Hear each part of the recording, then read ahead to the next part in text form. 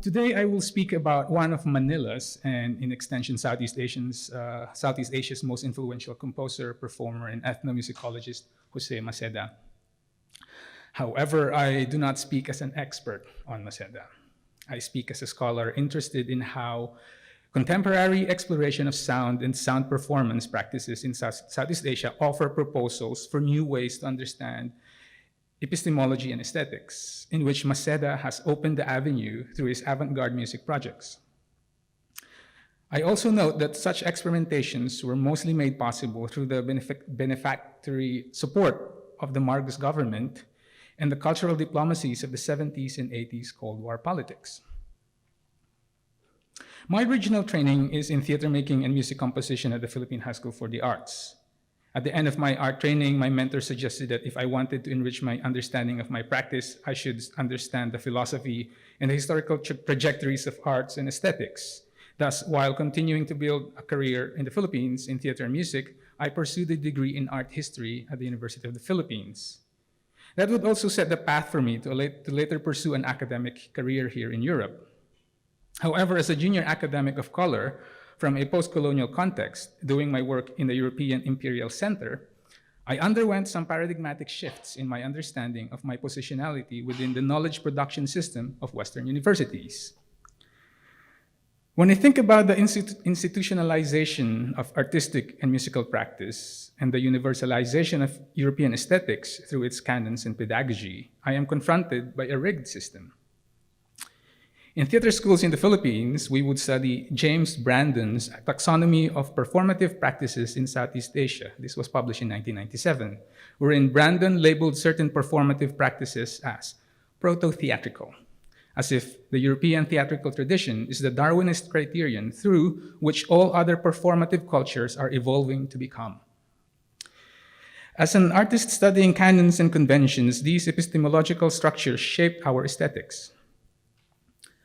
However, the recent reshifting of theater towards the paradigm of performance provided for me a framework through which one could consider how to equalize the European canons with performative practices outside Western institutions.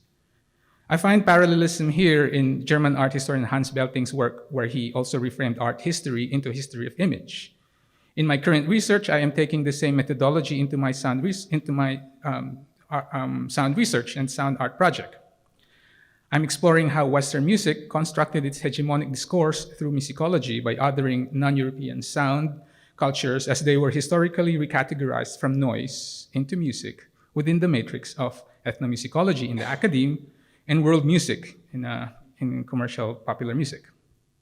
Hence, my work is sound studies and sound art overlaps at the very crossroads of my post and decolonial position. Within such sonic entanglements, I am inquiring on propositions for a hermeneutics of transcendental sound culture and practices. José Maceda's own artistic and musical trajectory resonates an opening in these epistemic shifts that I am attempting to trace. Maceda trained as a classical pianist in Paris and later completed his doctoral studies in ethnomusicology in the United States. In his engagement with the avant-garde music of Edgar Varèse and Yanis Xenakis, he believed their works provided an aesthetics that transcended the constraints of Western musical ideological framework. It is through such musical iconoclasm and the use of Philippine indigenous sonic elements based on his ethnographic fieldwork that Maceda sought to search a medium of art music composition that represents the modern Philippine nation. In 1963, the year he completed his PhD in ethnomusicology at UCLA, Maceda premiered his first large-scale avant-garde composition, Ugma, roughly translated to English as Structures. In this piece for voice and a number of Filipino, Chinese, Japanese, and Indonesian instruments, he employed native taxonomic timbral interaction that was intended to showcase native Filipino conception of music. The sonic spectrum of this performance formed what Philippine ethnomusicologist Ramon Santos calls a human expression of musique concrète without the electronic component. In the works that follow, Agungun, a piece for gong sounds for 6 gong families in 1966, and Kubing, music for bamboo percussion and men's voices, Maceda continued with his aesthetics in what can be seen as his attempt to free avant-garde musical practices from their European forebears. To understand the milieu in which Maceda created his works, perhaps it is important to provide the socio-political context of Manila of the time. During the 1960s and early 70s, the state supported large-scale projects through the Marcos, who was the president at the time, large-scale projects to conduct ethnographic research of indigenous arts, music, dance, and performance cultures throughout the 7,100 islands of the Philippine archipelago. With José Maceda at the forefront of such project, his intertwined career as ethnomusicologist and composer culminated with the performance of daring, massive avant-garde music and performance. Sponsoring these projects was the President Ferdinand Marcos and his wife, Imelda, an arts cultural benefactor. This perfect storm of scholarly aspiration and grandiose artistic projects was at the center of the Marcos tempestuous ideology of what is called the New Society. Such ostentatious enterprise must also be understood within the bigger scheme of a global cultural Cold War, where societies like the Philippines was imagining its future as a free society in a post-colonial capitalist world. So with these contexts for this presentation, I would like to revisit two of Maceda's seminal works, Ugnayan, premiered in 1974, and Udlot-udlot, premiered in 1975. I begin with Ugnayan.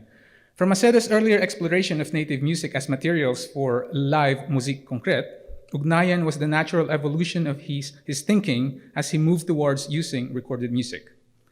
He envisioned this piece both as a challenge to Western art music convention and as a unifying populist musical expression. Ugnayan was originally performed on New Year's Day in 1974 under the patronage of the Cultural Center of the Philippines and with the support of the then First Lady Imelda Marcos. Ugnayan was performed through 20 Manila radio stations, which simultaneously broadcast sections of the piece. For each station, he prepared a unique set of village music sounds. To describe what this piece is about, I read from an official letter that was sent, by barangay captains. These are the local, let's say, villages or smallest region in the city, and they sent letters to the residents of Metro Manila. And similar letters were also sent to residents of the nearby provinces of Rizal, Bulacan, Pampanga, Laguna, Bataan, Cavite. So the letter goes like this. Dear Barrio residents, the Cultural Center of the Philippines, in association with the government and private institutions, has the pleasure to invite you to the world premiere of a unique musical presentation, Ugnayan. A simultaneous broadcast by 20 radio stations, each playing one instrument of an orchestra, performing a musical composition prepared for this occasion. The 20 stations heard simultaneously over 20 loudspeakers will blend into a symphony to be heard on January 1, 1974 at the Rojas Triangle, Makati Avenue. The program will start at 3 to 6 p.m., while the actual broadcast will start at 6 to 7 p.m. So, if it wasn't clear, there are 20 radio stations broadcasting different parts. We will listen to an excerpt of Ugnayan now, but this recording combines into one track the different sections played from different radio stations.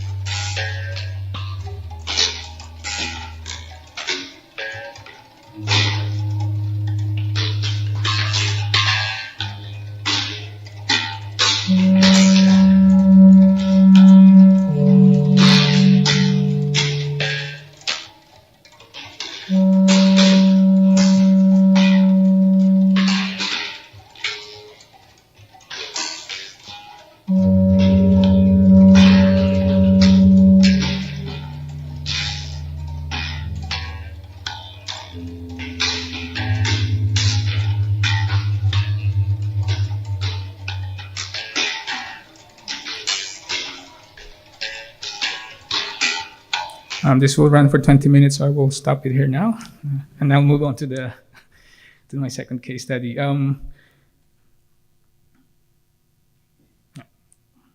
second work that I would like us to listen to is Udlot-udlot, or translated as Hesitations, premiered in 1975. In this piece, Maceda explored the idea of community music making that involves large-scale participation.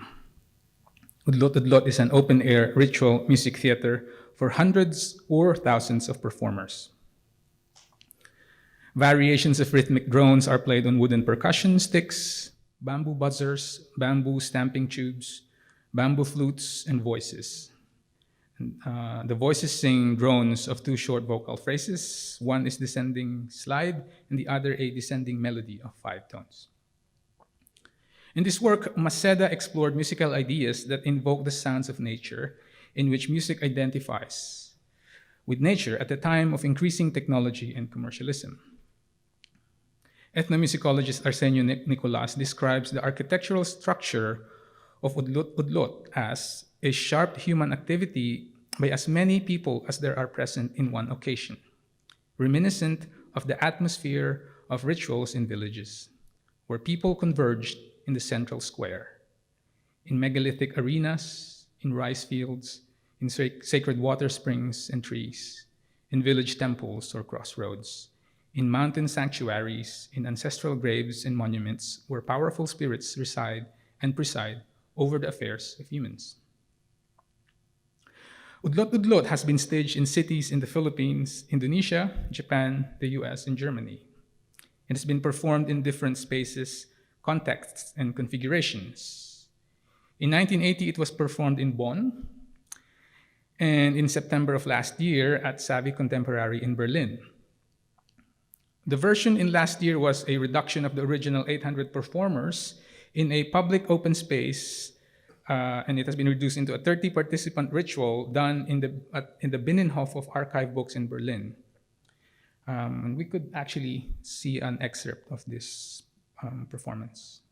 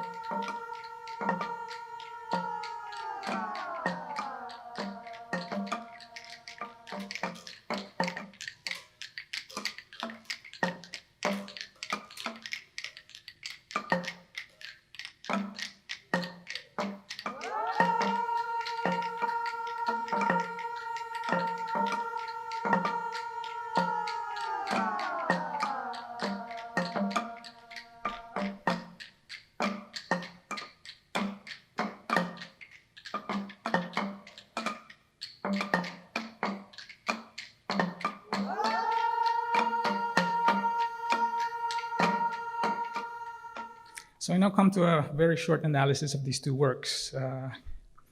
On the capitalist side of the post-colonial world in the 1960s and 70s, an ethos of Western scholarship-trained artists drawing from the indigenous resources of their home country complicated the emerging cultural cosmopolitanism of Cold War era. In reflecting about the wider contexts of the avant-garde and the experimental art in the second half of the 20th century, it is now also good to expand, maybe it's good to expand the bigger arcs of contemporary Southeast Asian entanglements with global art history beyond the binary of colonial and post-colonial eras. Here, I lay down some initial thoughts on the period succeeding the formal decolonization of the Southeast Asian nation-states. We have a macrocultural history narrative of an international community framed by the United Nations promoting a unity of colorful diversity through emblematic cultural representations. In this matrix of a new global order, the newly independent former colonies were involved.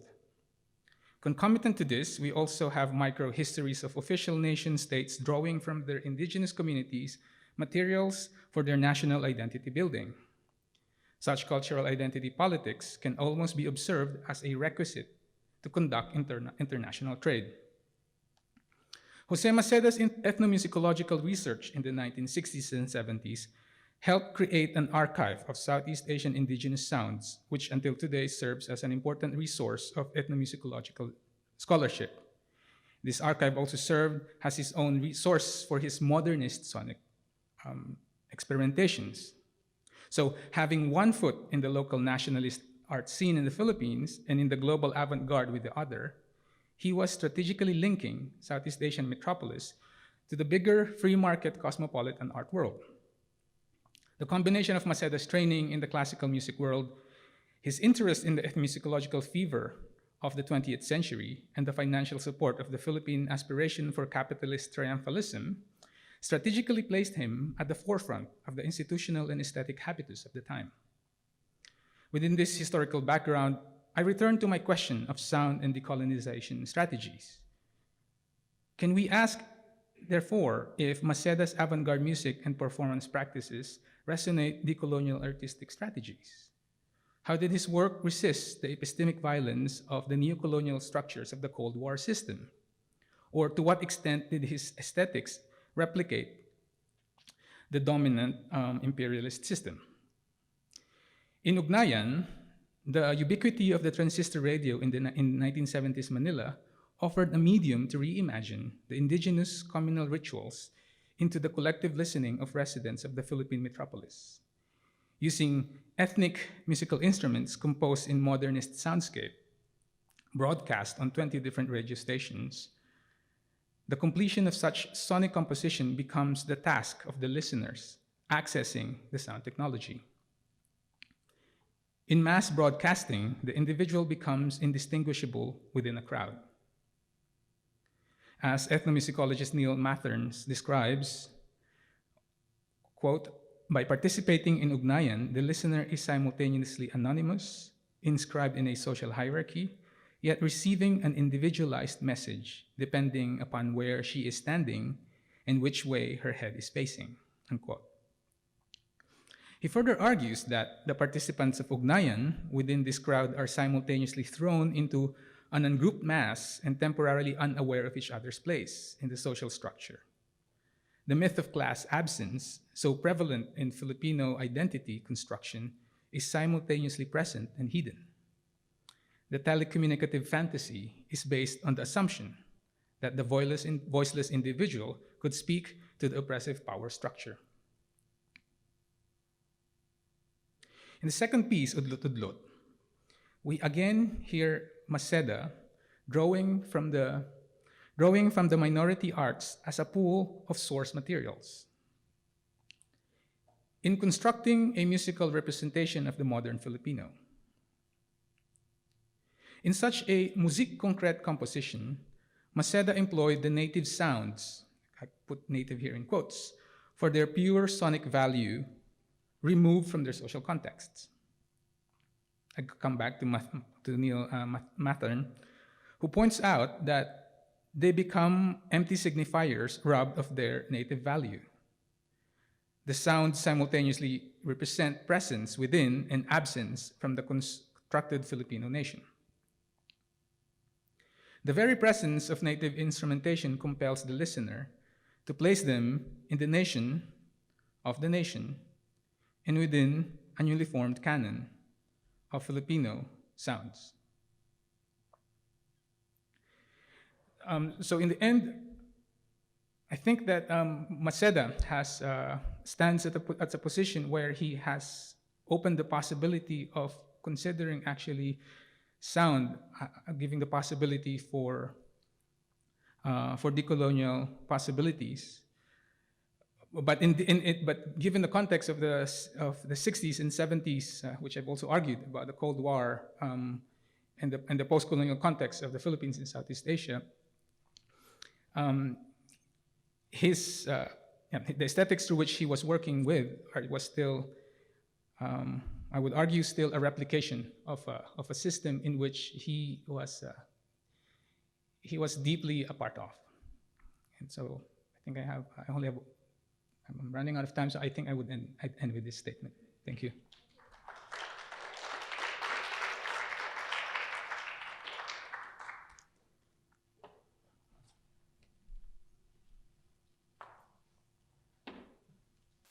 Wow. Good audience here. It's good to see a full room when talking on performance art. I've experienced differently. So this is great. First of all, I would like to congratulate and thank the organizers. The Goethe Institute, of course, Heinrich Hauswirth, thank you. And also Dr. Stefan Dreyer, who is here, from Jakarta, right? So thank you also. It's a very powerful institute and very transformative as well. I've personally experienced. So thank you for taking that on. Damian Lentini, of course, Eva Bencheva, and also Annie Jelkwan for organizing this and really putting these very striking topics together as well. And also, since we're here, those of you who were on the emails that were exchanged, I didn't respond to them. I would like to recognize and thank Okwe Emezor.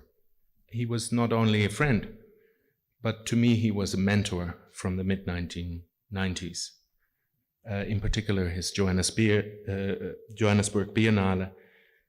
Soon after, I started to work at the Gate Foundation with Sebastian Lopez, who was a good friend and colleague of his. I recall Jean Fischer as well. But also, Okwe was very uncompromising, radical, and transformative. And I would like to raise that as a spirit that I carry on. But it's also interesting to see how projects that we do gain critique as well. Okwe was very critical of Catherine David's Documenta when he was organizing the Johannesburg Biennale. But people like Busy Silva were very critical of Okwe Emezor as he was landing in Johannesburg. So let's take that criticality onwards as well. So now I want to talk on an ongoing project that sort of follows from an earlier project that I was working on, really the transformative years of my own research on performance art in China, working first in the Netherlands and then being almost forced to move to Australia, because Australia was the place where one was accepted if one was studying Asian art. And those conditions led to a book on performance art in China, which I'm now self-reflecting upon, and recently got the opportunity to be quite self-critical of that process as well. So I'll talk briefly about that too. Raising the question with regards to a project that I'm developing on performance art in Indonesia, not to say this is performance art in Indonesia, my previous book was called Performance Art in China, but more leading the title, When Was Performance Art in Indonesia?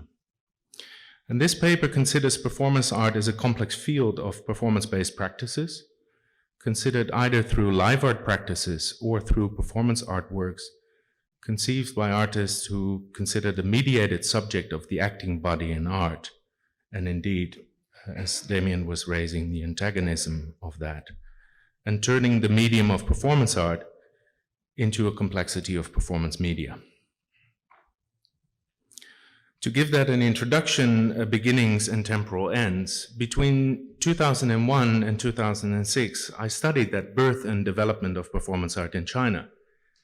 And in hindsight, I studied a model of performance art similar to that of Rosalie Goldberg in her study of performance art from futurism to present, part of a world art series by Thames and Hudson since 1979, and almost simultaneously published as Performance Live Art 1909 to the present by Abrams in New York. A seminal study, and also a study of canon-like proportions that sets out consciously or unconsciously to define performance art in terms of American and European performance. Conditioned by artists who were leading the stage, emotions into environments and happenings, and ultimately into that condition of live art as the next logical step, as Goldberg says it. Pathways of,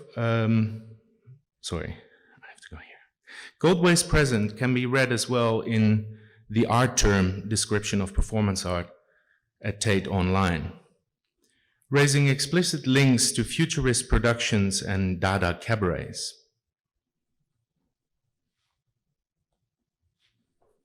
At least until recently, in 2016, when performance art is suddenly considered as, I quote, a set of questions and concerns about how art relates to people and the wider social world. This was discovered in 2016.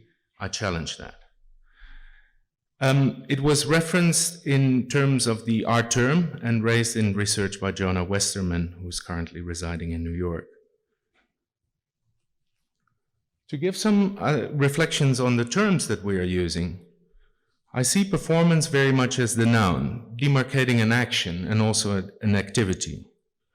And then, and this is why it's at the top, I would like to highlight this condition of to perform. To perform is demarcating a direct action. It's the action to do, it's to act, it's inevitable. Performative, as an adjective, is highlighting a descriptive analysis, in my view, and the act of observing an action. So perfectly well for a researcher, maybe not for the artist who really feels the urge to perform. For me, performative describes the representational problems in art and art history. Performativity as a noun marks a linguistic turn and a way of action, but action through language. Similar to performative, performativity highlights observing, observation, not necessarily direct action.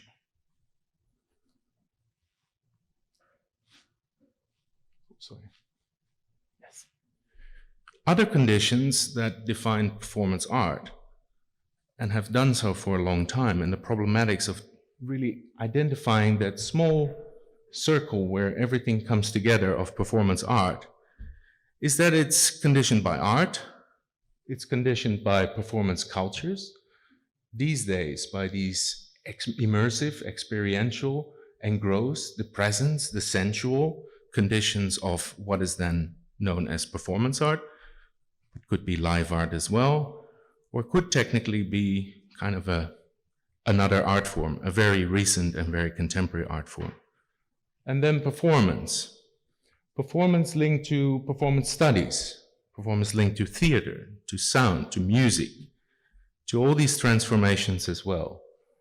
And somewhere there is performance art, which also is an extensive network of discourses, of artists, of art festivals, and of practitioners who in various modes of exchange and in various modes of historical exchange encounter each other in that moment of really wanting to act, to perform, or else.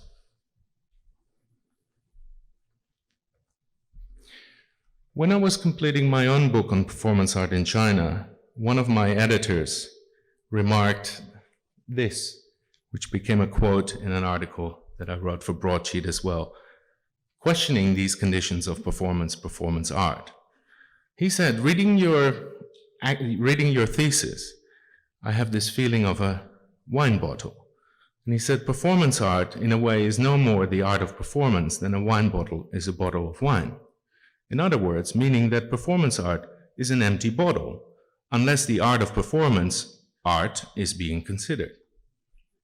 A playful mode of practice. In my own study of performance in China, I was looking for the origins of performance art. I was making a Goldberg perspective on it. From the first manifesto and the street actions of the Stars group to actions in the public space and artists wrapping themselves as living monuments. Here we see examples of the Stars, followed by a slide of Shaman Dada and a wrapping of Zhang Pei Li. The next slide, Shaman Dada on the left, Zhang Pei Li and Geng Jianyi on the right. But with this, I'm currently wondering, with regards to Indonesia, can we find other trajectories as well? This paper will consider the history of performance art in Indonesia as a linking of examples of early happenings, of actions, to discourses and practice of performance art and performance art remediation in Indonesia. The paper will not establish a singular discourse or narrative on performance art. Such an approach I attempted and failed in 2010 when I wrote an essay on performance art in Asia, published with the Asia Art Archive, as a result of a 5-day symposium on performance art practices and documentation in Asia, titled Action Script.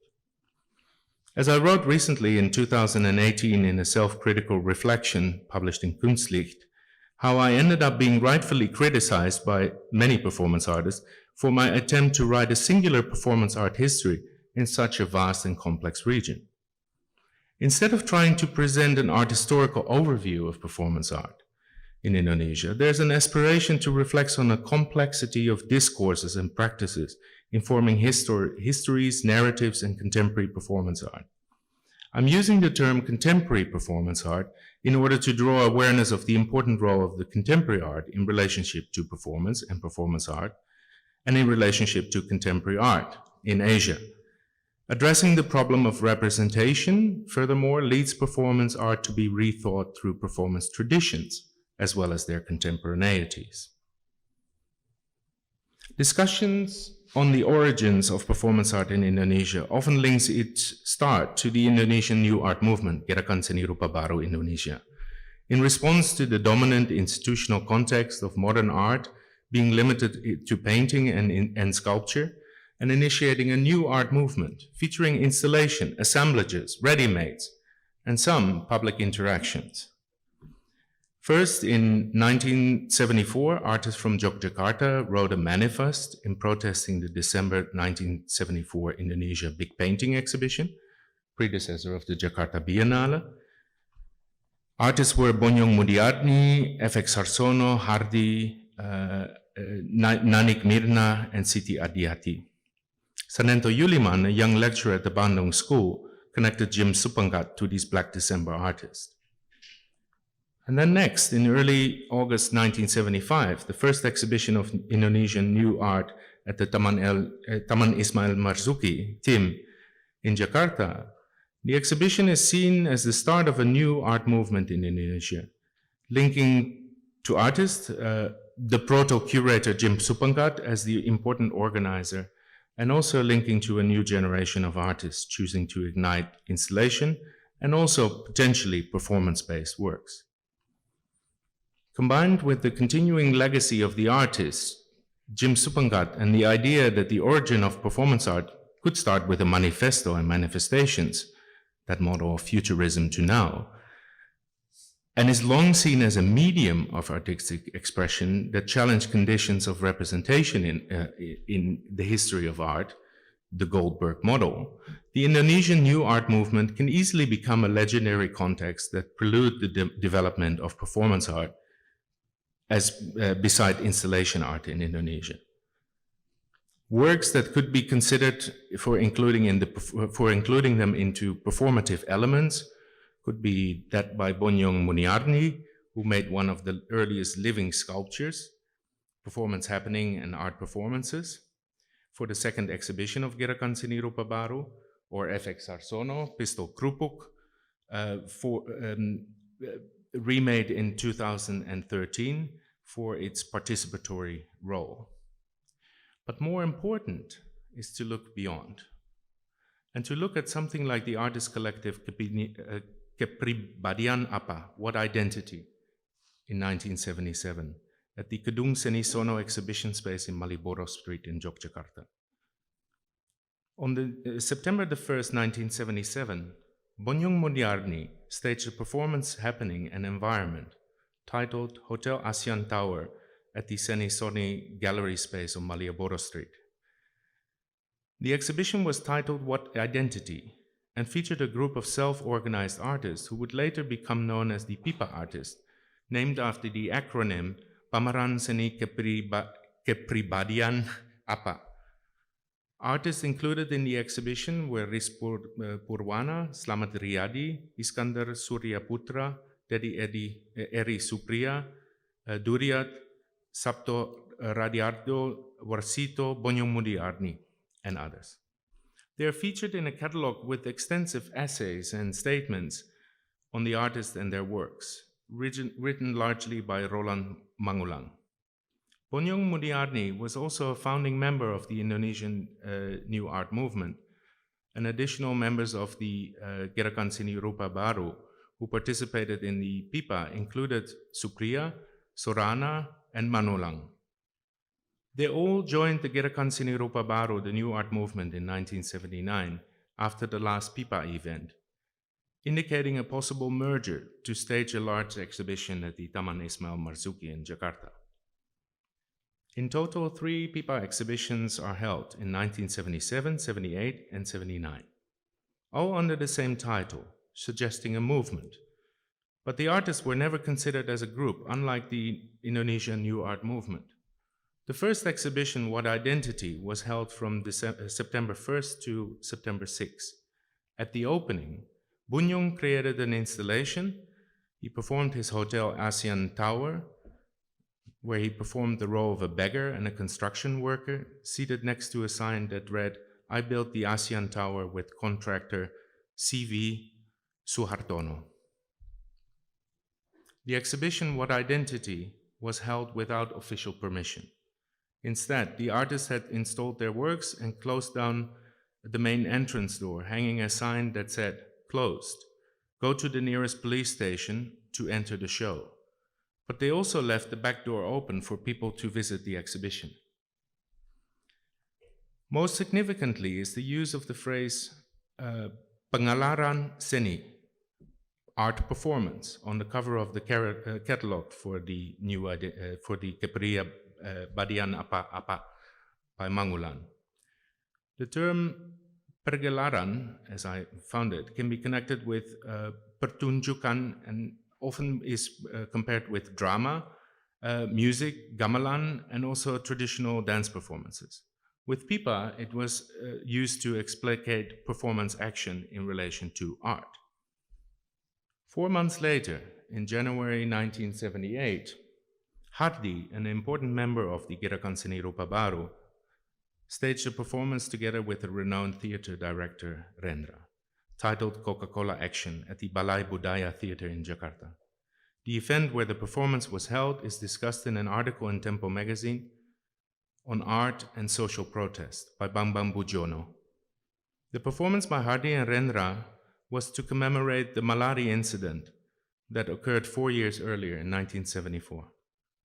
The Malari incident refers to the January 15 tragedy, when student protest riots in Jakarta on 15 and 16 January 1974 against corruption by the government, General Suharto, were violently crushed by the military.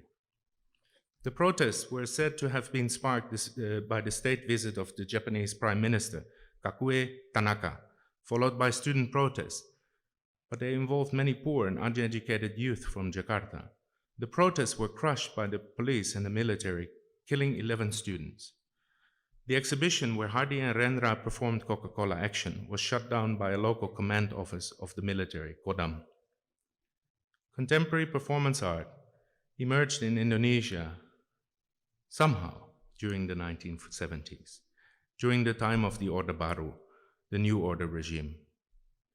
The 1970s must be seen as a time when contemporary writers, musicians, filmmakers, theater makers, contemporary artists started to consider new ways of reflecting on contemporary social realities, linking their works to urban culture and consumer culture, cultures of the everyday, and to new considerations on tradition and modernity, and on contemporaneity.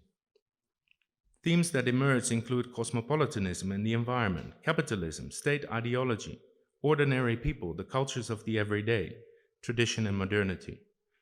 The 1970s and the 1980s are characterized by Virginia Matheson Hooker as marking a, quote, distinctive Indonesian voice in the arts, literature, and culture of the 1970s and 80s.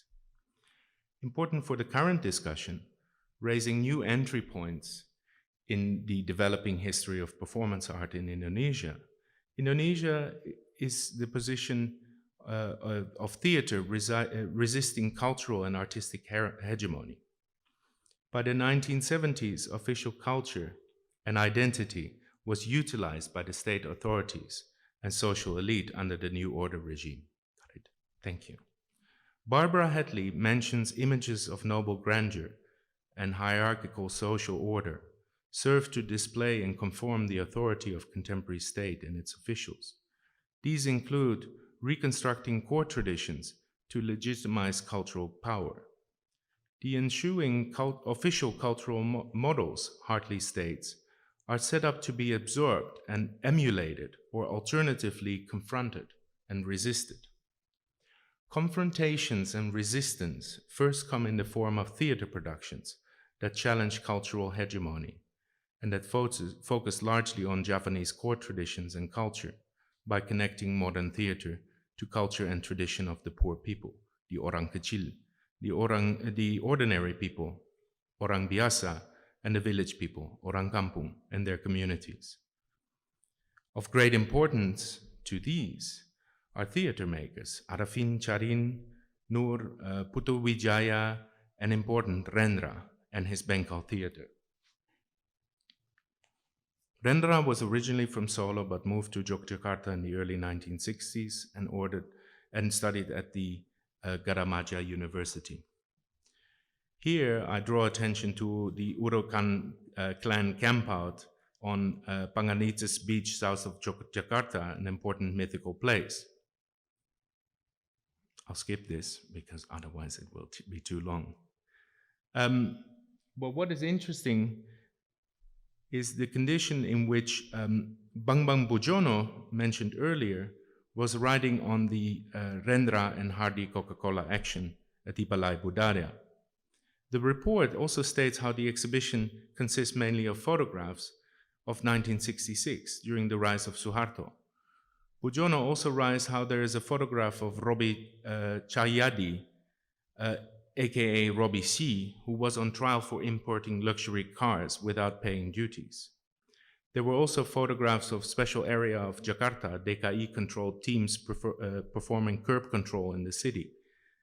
And furthermore, there were several copies of the Pioneer Jogja Daily. So what these things say is that the exhibition was highly controversial, but also highly active.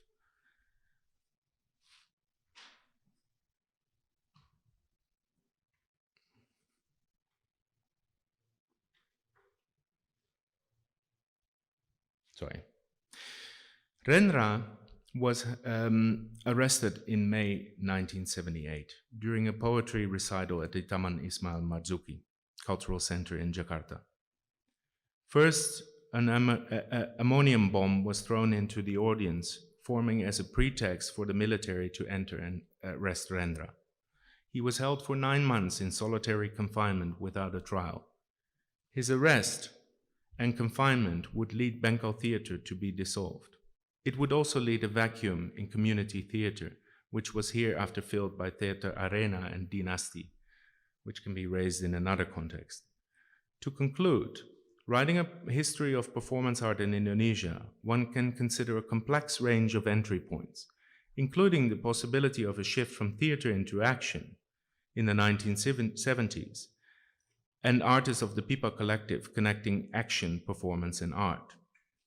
Artists themselves continue to remind us, though, that the term performance art was not explicitly known until sometime during the 1980s, early 1990s, when curators brought with them new terms in contact with regional artist exchanges and exhibition.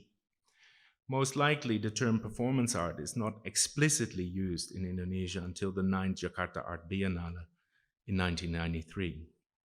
In the catalogue of the Biennale, which describes artists using all types of forms leading to greater openness and public possibility in their work, including visual art, which is followed by a translation then of performance art, Pertunjukan Seni Rupa, in an article by Jim Supenggat.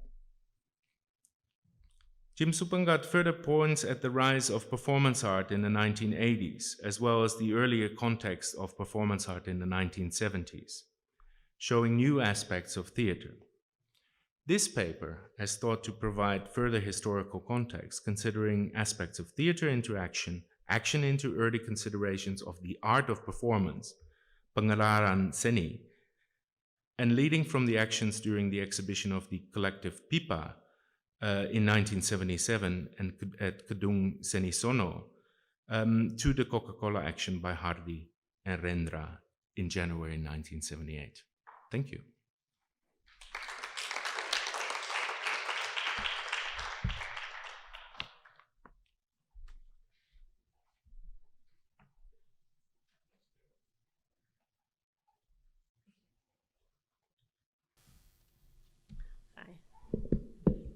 Hello. Yeah, that's good. Well, Thomas, I'm really glad that I actually chopped up my paper as badly as I did, because we would be overlapping like crazy. So what I did by chopping up my paper, it's going to be a very general account, but I think it will help fill in a few gaps as description of certain projects that you didn't mention. First, I'd like to thank, of course, Eva Binteva for her lovely invitation, and also to Annie Jael Kwan, also for organizing this and being so kind and generous, including a lot of different people who have lots of different perspectives on performance art. And also to the Goethe Institute and to the Haus der Kunst, et cetera, and I'm not gonna waste my time because everybody else has said this. So anyway, okay. Basically, today, like I said, I very quickly chopped up my paper. So what it is going to be is really a sort of a presentation, if you will, of or a general account of certain aspects of performance art, about their concepts that were presented. And one thing that is important for me in the long term, what I've been looking at in my research, which doesn't really come out that much in this paper, is the tracing of the transdisciplinary and the intermediality and the collaborative aspects of performance art. And I do this in a longer version that's not so choppy. So please forgive if some of the transitions are off. Today, I am just going to look at a few groups, actually. I'm going to be focusing on a few projects from some artists in Bandung, which is in West Java. I'm going to particularly focus on their concepts and works that they made during the 1990s. Now, what Thomas did very nicely is provide a background by arguing some of the critical questions and the critical potentiality of the 1970s and 80s. So hopefully my paper, there will be some sort of nice connection there.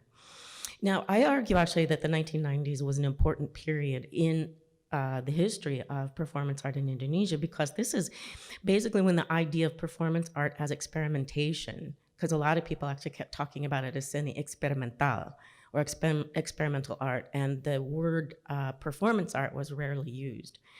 So the 1990s is an important part, or an important point, where a lot of artists, not all, but a lot of artists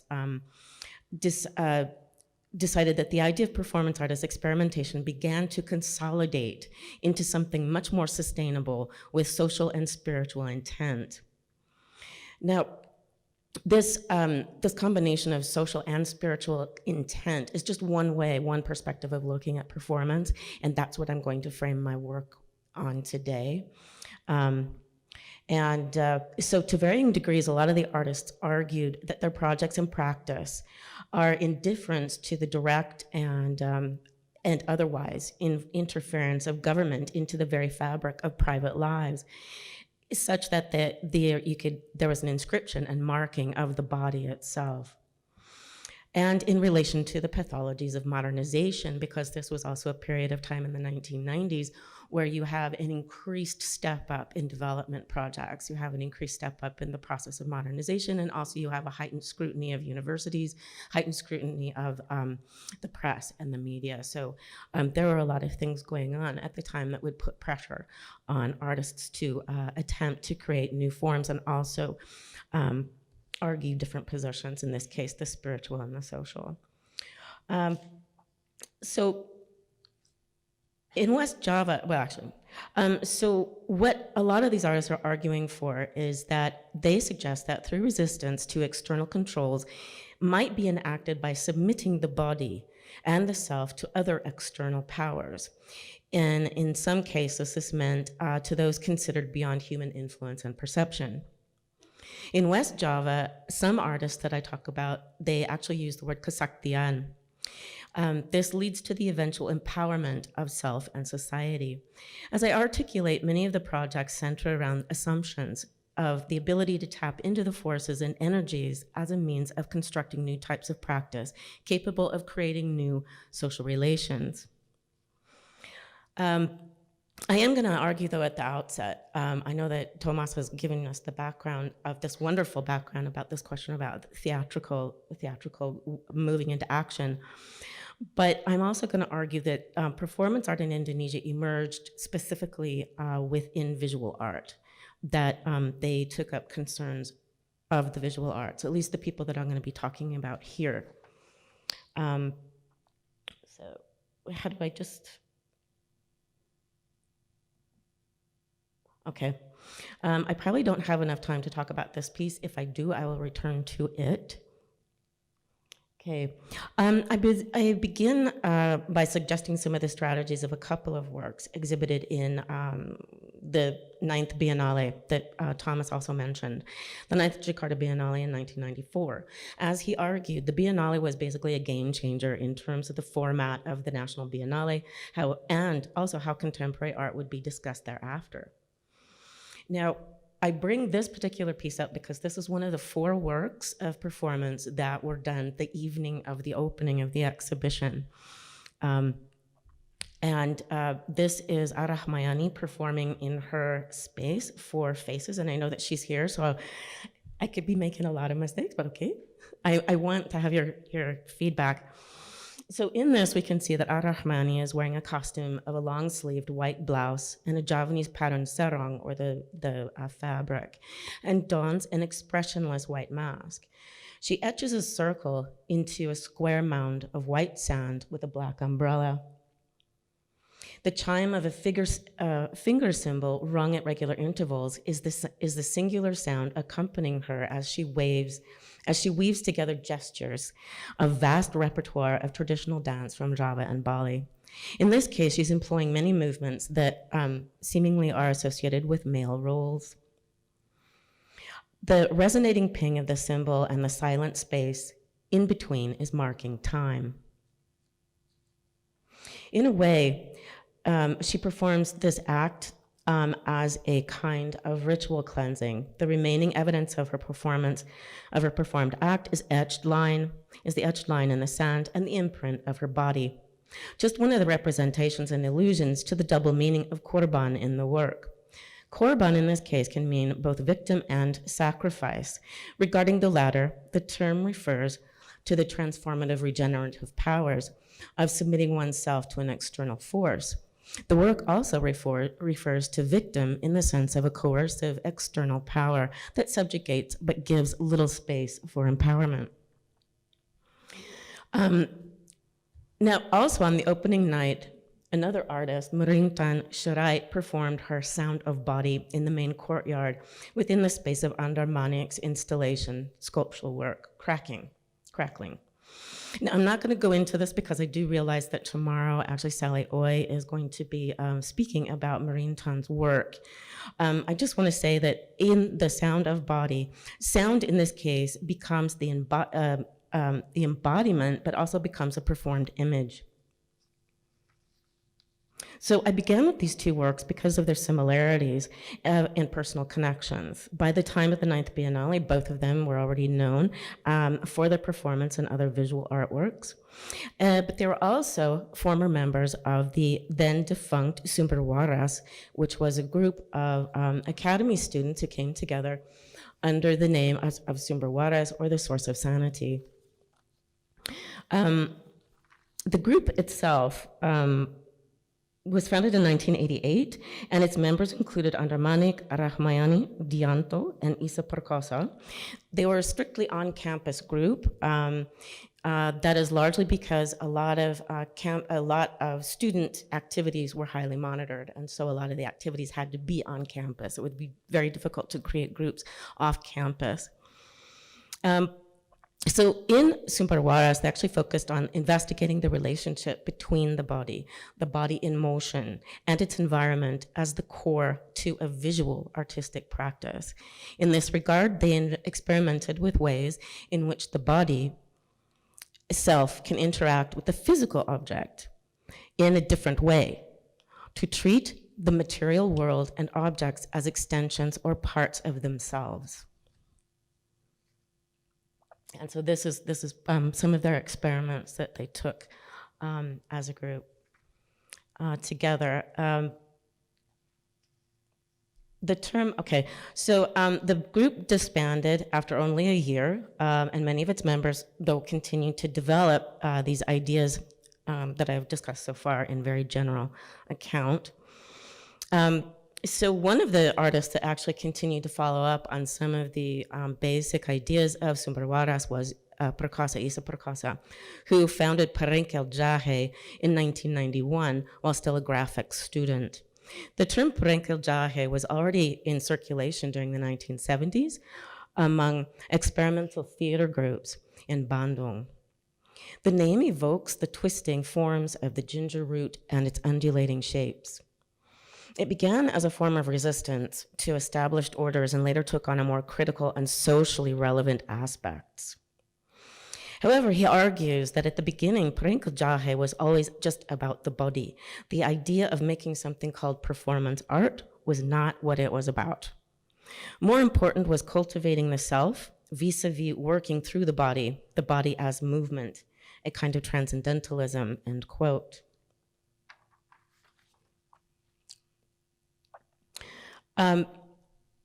So these are different examples of some of the Parenkel activities.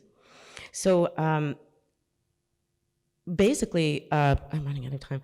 Parenkel Jahe emerged at a time of increased military action and interference from state and local authorities regarding freedoms of speech. Inherent then in their actions, in Parenkel Jahe's actions, was a felt sense of urgency to construct a public space as a space in which artists are difficult to in which acts are difficult to capture, but could potentially trigger change, with the body as the conduit of direct communication without words. Hence the value of the unexpected, shocking, and the act of defamiliarization. So the performers interacted with the space, they interfered with its normal activities, but really rarely Parenkel Jahe ever really involved the spectators. They were bystanders, essentially, and we can see the looks of bemusement and amusement on their face. By the 1990s, actually, some of these groups, how do I get back? Oh, I don't. Some of these groups are actually starting to collaborate with non-academically trained artists. And this is actually really important because even during the 1970s up until the mid-1990s, there was still a hierarchy in artistic practice. So Parenkel Jahe, Isa Perkosa, began working with the likes of Gerbang Bawah Tanah with its driving force of Nandang Gawe. I'm gonna skip that. Okay. Another group, or the last final group that I'm going to talk about is Japrut. Actually, it's not a group as much as an attitude and a process. According to Tisna Sanjaya, who was a driving force behind Japrut, Japrut as an artistic practice is akin to the moment at which rice turns from raw state into cooked rice into porridge. In other words, it is the moment when something changes its state of being. The main objective was to distance oneself from the making of material objects and instead move art towards process, basically art to be process. Obviously, there are lots of connections between Sumber Waras and Prenkeljahe and Japrut, and a lot of their members actually overlapped. So what I would like to do, because I would like to actually go and discuss as a case study actually, Sanjaya's concept of Japrut, in which he actually injects Japrut with a profound spiritualism grounded in Islamic beliefs regarding social responsibility. For him, the artistic practice is something like a long pilgrimage or ziarah panjang, in which making art is a spiritual act and one's practice should be attuned to taking care to preserve the oneness and unity between God, humanity, nature, and the soul. So as I use as a case study in this regard is his long-term project in Tumbu, Instalasi Tumbu, or installation of growth, which I think exemplifies his philosophy, and he began this project in 1996, and I will stay with these initial stages. So what he did was he worked with a number of people. It takes a lot of people actually to carry out some of his projects, especially in Tumbu Instalasi or Instalasi Tumbu. In this, I beg your pardon.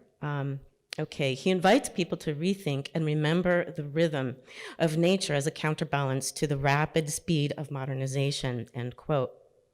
In this way, Sanjaya's performative work is part religious, ritual, and ritual of the everyday, part sociological research and community action. His intent is to bring Islamic values and beliefs of social responsibility together with artistic process to literally plant the seeds for sustainable and effective cultural action and movement. This is clear from the initial Instalasi Tumbu, in which the artist and his collaborators gave away 99 mahogany and melinjo saplings. The number 99 is significant in Islam for the number of sacred names of Allah. The chosen types of trees in this case were to be planted were also symbolic. The fruit of the melinjo are edible, hence nourishing, and the wood of the mahogany is hard and strong, hence capable of protection. He also chose the two kinds of trees because for him, they represent what he likens to a marriage. So prior to their distribution, the saplings are prayed over, as we can see in this image. This is Wawan Hussein, one of his longtime partners in Japrut, basically blessing the saplings before they go out into the world. As I said, this involves the collaboration of several people, or what Tisna calls fellow Japrutuan, such as Nandangawe and Prakasa that I mentioned before. And they also play a specific role in the division of labor. They all had different tasks. One of them was to actually take the saplings around, help people plant them, find somebody to adopt them. Each person adopting a tree was then asked to give a kind of message that is then recorded and written onto discarded board and sheet metal attached to a pole. Some of these messages, memories, and poems were then planted alongside the adopted tree. But some of them, as we can see in this image, some of them were taken to be planted elsewhere, as in the case of this Taman Shair, or Garden of Poems, where they were planted in a vacant lot that once had trees, but they tore down the trees and now it was a vacant lot, overgrown grass. So these encounters with the people in the collecting of their memories, their memories of nature, if you will, or even trees. These encounters are a form of wacana rakyat jelata, or a common people's discourse. And the material objects that serve as documents of that exchange, in this case, trees, memories, and poems, produce what he calls an installation of thoughts and a space of zikir, or remembering the Almighty. Now, in a key sense, the works such as this, one of the critical positionalities is via the evocation of nostalgia and the underscoring of loss.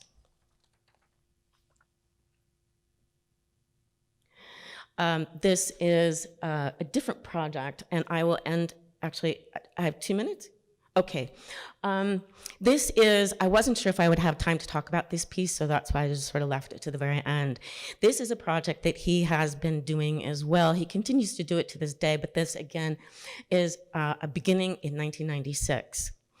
It is called, this one in particular is called, as well as the beginning slide, I'm going to get to the beginning slide. It's called Air Kaki Ibuku, which means the water from my mother's feet. In this work that I said it was made, keep going. Oh, there we go. This work, I had the luck to actually curate this work for the exhibition Taboo and Transgression in Contemporary Indonesian Art in 2005. This work is made up of simple elements of discarded wood. We have the Indonesian flag and a bottle of water fastened to the front. He ritually cleansed his mother's feet, then his wife's, and then his children's, as an act of humility, deep respect of what he calls, what in Indonesia is called pengabdian, or the dedication and devotion to both a spiritual and humanitarian level. The used water then was preserved in individual bottles. He continued the same process with art circles and other people in the community. Dozens of bottles were collected as individual prayers.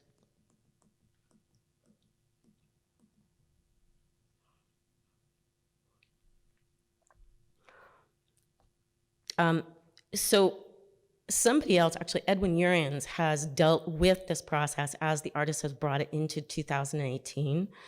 And so I really recommend, if you're interested in that, I would read his third text article.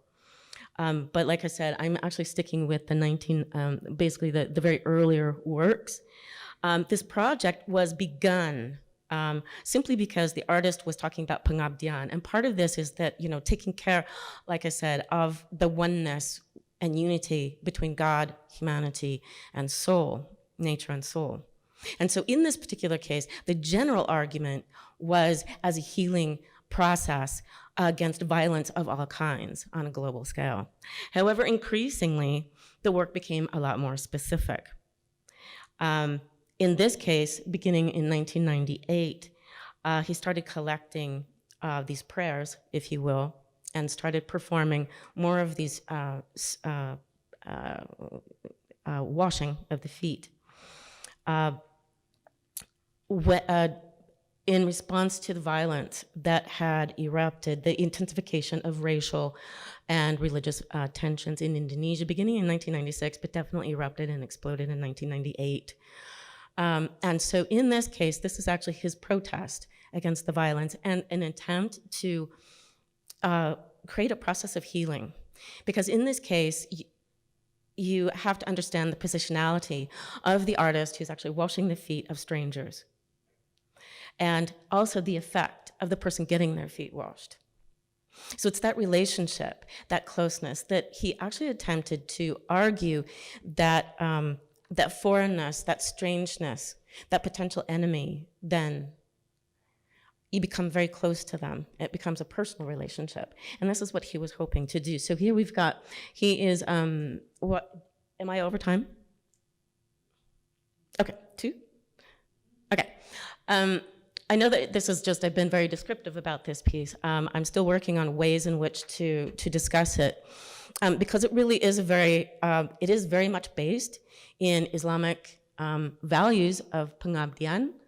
And in this particular case, what he did, he went to different places worked with different communities, Muslim, Christian, etc., different ethnic groups.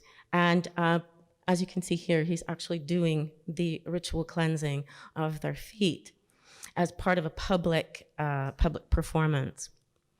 And in this regard, what he was attempting to do, like I said, was to help tamper down the fear of the unfamiliar, the fear of the stranger, by bringing them closer with this very humbling process of washing the feet, because it also argues extreme respect for the person whose feet you wash.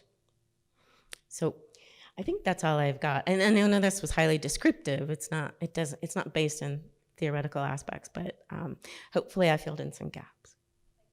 Thanks.